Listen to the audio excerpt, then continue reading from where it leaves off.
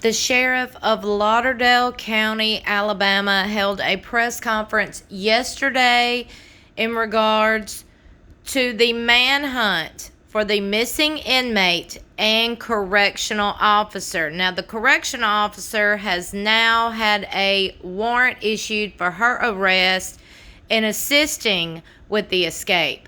Here's what the sheriff had to say yesterday about this case. I was working diligently, basically around the clock, to try to locate Casey White and Vicky White.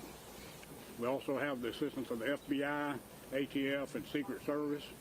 On the state level, we have the Alabama Law Enforcement Agency assisting us. So we've got plenty of resources. These federal agencies and state agencies have resources that we don't have. They've made all those resources available to us, and we're utilizing everything we have and have access to in this search. I do have a little new information to pass to you. I know that we've been talking over the last few days about us canvassing video surveillance in the area where the patrol car was found last Friday afternoon. We did have one success in that. We see the patrol car parked at the intersection of Huntsville Road and Cox Creek Parkway, which is about 2 blocks from the location it was found. That video was time-stamped at 9:49 a.m. Director White and Casey White left the detention center at 9:41 a.m. So that's 8 minutes time span. What that tells us is that the patrol car left the detention center and went straight to the parking lot. There was not enough time for them to even attempt to try to come to the courthouse and then get out there and be at that red light 8 minutes later. So the direction of travel was from the courthouse, from the detention center directly out Huntsville Road to Cox Creek and then to the Florence Square shopping parking lot. The other thing that I want to make you aware of today is that we have had a warrant issued for Director Vicky White. The charges are permitting or facilitating an escape in the first degree. That's Alabama Code 13A 2034. So there is an active warrant out for Ms. White, obviously for Casey White.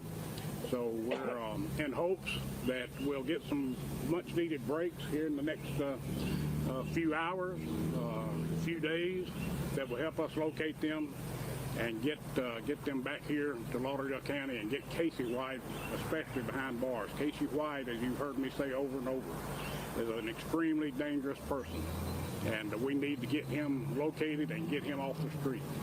So again, thank you for all your help in that. At this time, I want to issue to the U.S. Marshal for the Northern District of Alabama, Marty Keeley. Marty's, as I said, his fugitive task force has been a tremendous asset to us, not only in this case, but in cases over the years, and we appreciate all their assistance and help. So, Marty, Mr. Marshal. Thank you, Sheriff. I just want to add that the Gulf Coast Regional Fugitive Task Force, U.S. Marshal Service Gulf Coast Task Force, is assisting the sheriff and his deputies in this investigation. They've been a partner of the Marshal Service for many years now. I would like to emphasize that this case is now a major case for the United States Marshal Service, which helped to facilitate the reward for information, up to $10,000 for information leading to the location of either one of these particular suspects or subjects. I would like to ask the public to keep in mind that Casey White is a large individual. He is 6 feet 9 inches tall. You know, there is the possibility that he's changed his identity as far as his looks, but he will stand out at 6 feet 9 inches. So I want to emphasize that to the public. Again, that information or any information about this case can be reported to 911, and that is the way you should report it. You shouldn't try to approach either one of these individuals. We consider both of them dangerous, and in all probability, both individuals are armed. Thank you, Sheriff. All right, at this time, I'll be glad to take a few questions, and my media policy for the years that I was chief of police in Florence and as sheriff has been, it's on the table, the good, the bad, and the ugly. If there's an investigative or legal reason I can't answer your question, I'll let you know. Sheriff Owen Lopez, ABC News. Yes. What was the interaction between the two in that surveillance video that you saw? Actually, the surveillance video was not clear. It was from a distance and really couldn't make out any individuals per se, but we definitely know it was a patrol car. Was he seated in the back of the patrol car or in the front? From the video camera footage we have, we can't tell, but I'm sure he was probably in the back. He was in the back when he left the jail.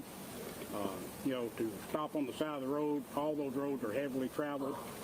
Someone would have seen something and suspected something, I think. So we're assuming he remained in the back seat until they arrived at the parking lot. Was he handcuffed when he went into the patrol car? He was handcuffed and shackled.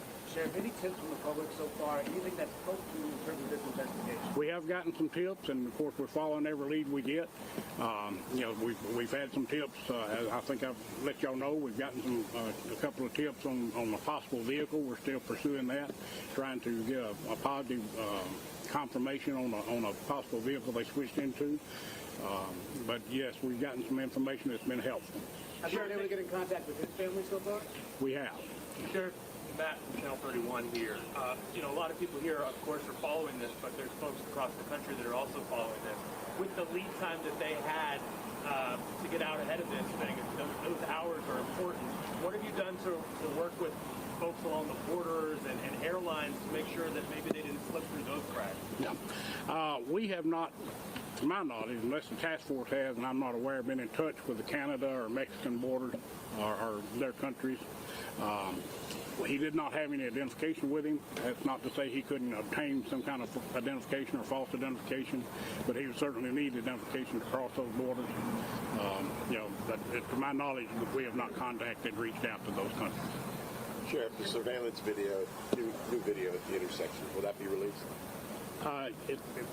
Actually, if we viewed it, we don't have a copy of it right now. Any timetable for that? Yeah, the company or the business that has the video, they have to bring their techs in to download it and all that, so we haven't had time to get a copy of it. Sure. But we have seen it. Sorry.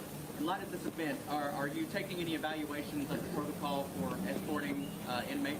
Well, protocols were in place. You know, we have a policy. It required two deputies transport. This was, you know, again, lends us to believe how it was orchestrated because we had two vans of inmates leave just minutes before Director White had Casey White brought up front. Both those vans had two deputies on them. One had 5 inmates, the other had 7 inmates.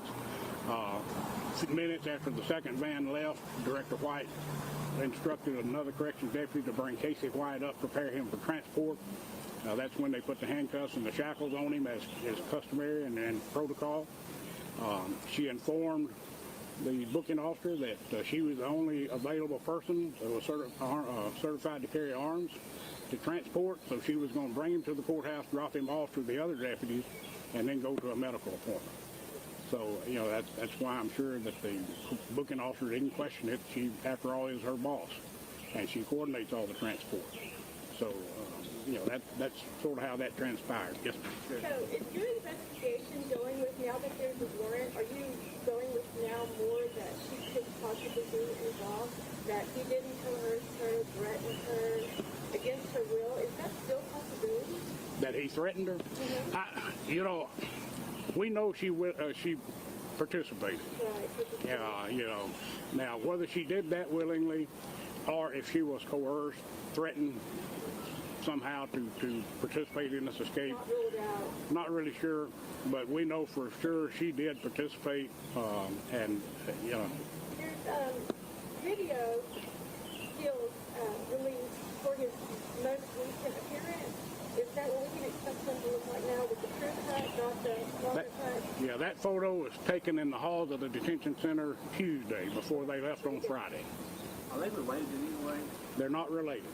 Is there any evidence that they had spoken before Friday? We're looking into that. Any knowledge? We're reviewing video footage, phone calls, every avenue we have to see if there was any kind of relationship. That Ms. White. Let me get this gentleman. Obviously, you guys together been working pretty closely with each other. To have this happen with one of your own, how upset are you? Do you feel betrayed at all with the way this has played out so far?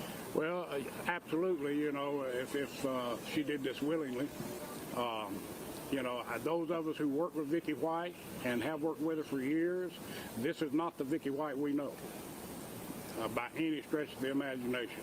She has been an exemplary employee. I was told by the director of the jail that Friday night it was like he was at a funeral wake. The employees are just devastated that she was involved in this, and they're concerned for her, concerned for her safety, as are we.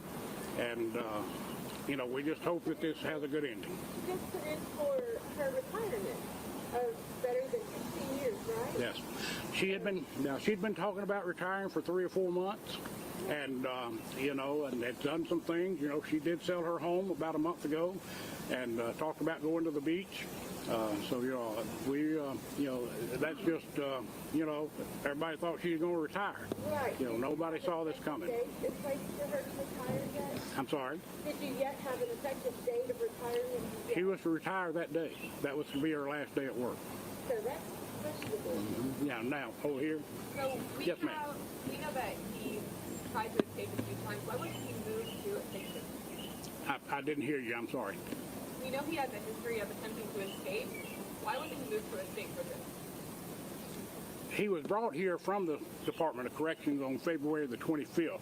He has pending charges here for capital murder. There were some court proceedings scheduled between February the 25th and the end of May. He was brought here for those court appearances. When those appearances were concluded, he was then returned to the Department of Corrections. Talk about the retirement. I understand that money had not been released. The retirement hadn't been released, but there's reason to believe that there was a significant amount of cash on hand. No. Have you been able to figure that out? I think from the sale of her house, she possibly had access to some cash. The retirement papers were never sent into the state retirement system. She had to have a conference with the personnel director before that could happen. She never came in. They returned in Thursday. She never came in, of course, before Friday, so those papers were never forwarded to the retirement system. As part of the investigation, are you looking into the fact that maybe they did have a romantic? Absolutely. Yeah, that's always a possibility. Marshall, can you say just how many people that you guys are bringing to bear also for this search and what you guys are doing right now? Yes, I said we've partnered with the Sheriff's Office for many years, and this is now a major case for the United States Marshal Service, which triggers additional resources. I won't go into the exact number that we have on site in other locations also. But as the sheriff said, we are receiving tips. We're following up on each and every one of those tips. So we're fully committed to this investigation. As a member of law enforcement, is it harder to maybe find them because she may know the tricks of the trade? Well, obviously, she's been in corrections for 17 years, so she has knowledge that the general citizen would not have. I think that certainly played in her favor as far as getting him out of jail like she did. So, Sheriff, was her medical condition a concern to you as she expressed that on Friday? We don't think it was real. We think that was an excuse. It's not unusual if we have an inmate that's not feeling, or employee that's not feeling well, take off or whatever. And she just reported that morning that she wasn't feeling well, so she's going to drop him off and go to one of the emergency care centers and get checked out. Sheriff, maybe to the Marshal Service as well, can you quantify the number of tips you've received, whether any of those have been, substantiated, where they're coming from? Are these from across the country, various states? I just know we've gotten several tips. I don't keep a tally on the numbers. The investigative crew, and we have several on-site investigators, federal, state, local, that are following up on those tips. But to tell you how many, I don't know. Sheriff, talking to some of the employees, has anyone said that they had any belief that she had a relationship of any kind with Vicki White? No, not that we've been able to confirm at this point. We're still looking into that, reviewing phone calls, reviewing video from the jail to see if she spent any kind of extraordinary amount of time at his particular cell. She was in her job, she was throughout the detention center, on a regular basis, several times a day, walking the halls. So she had several opportunities each day to be in contact with any given inmate. Given the lead time, do you have any sense where they are at this point? We don't. If we knew where they were at, we would be there, not here. But I'm sorry, I didn't mean how that sounded so short, I guess. But Have you had the opportunity to talk to Connie Ridgway's family? I have talked with her son and given them my phone number and told them any questions they had to not hesitate to reach out to me. We're committed to getting Casey White back in custody and back behind bars where he belongs. And her family, her two sons, have been through a lot of trauma the last 6-7 years. And we thought we had closure for them to a point, and now that's totally upside down. So I can't imagine what they're going through, knowing that the man that killed their mother is out loose on the streets again. A couple more questions. Can you speak to his past escape experience? What that entails? He was in our facility in 2020, and we got information that he was plotting an escape at that time. We followed up on that information. We took him down, and we did find a shank in his position. The shank's a prison knife, and we retrieved that. We immediately had him shipped back to the Department of Corrections. That was at the time, although we had a policy in place that 2 officers escort inmates at that time, we emphasized that policy with him. And Director White was aware of that, so she strictly violated.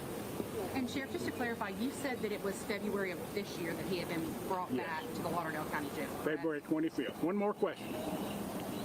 Sure. Yes. Under Alabama law, an inmate facing a capital sentence, could he be facing the death penalty? Absolutely.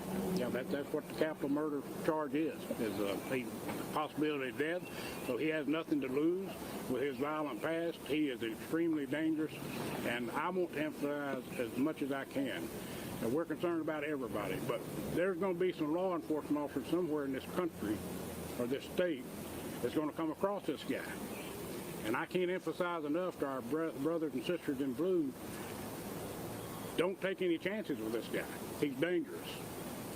And I can't emphasize that enough to our fellow law enforcement officers across the country. If you encounter this guy, you need to know he is dangerous. Don't take any chances with him. Thank y'all again for coming out and helping us get the word out. We will capture them. They will be brought back to justice, and your assistance in helping us achieve that is greatly appreciated. So thank you.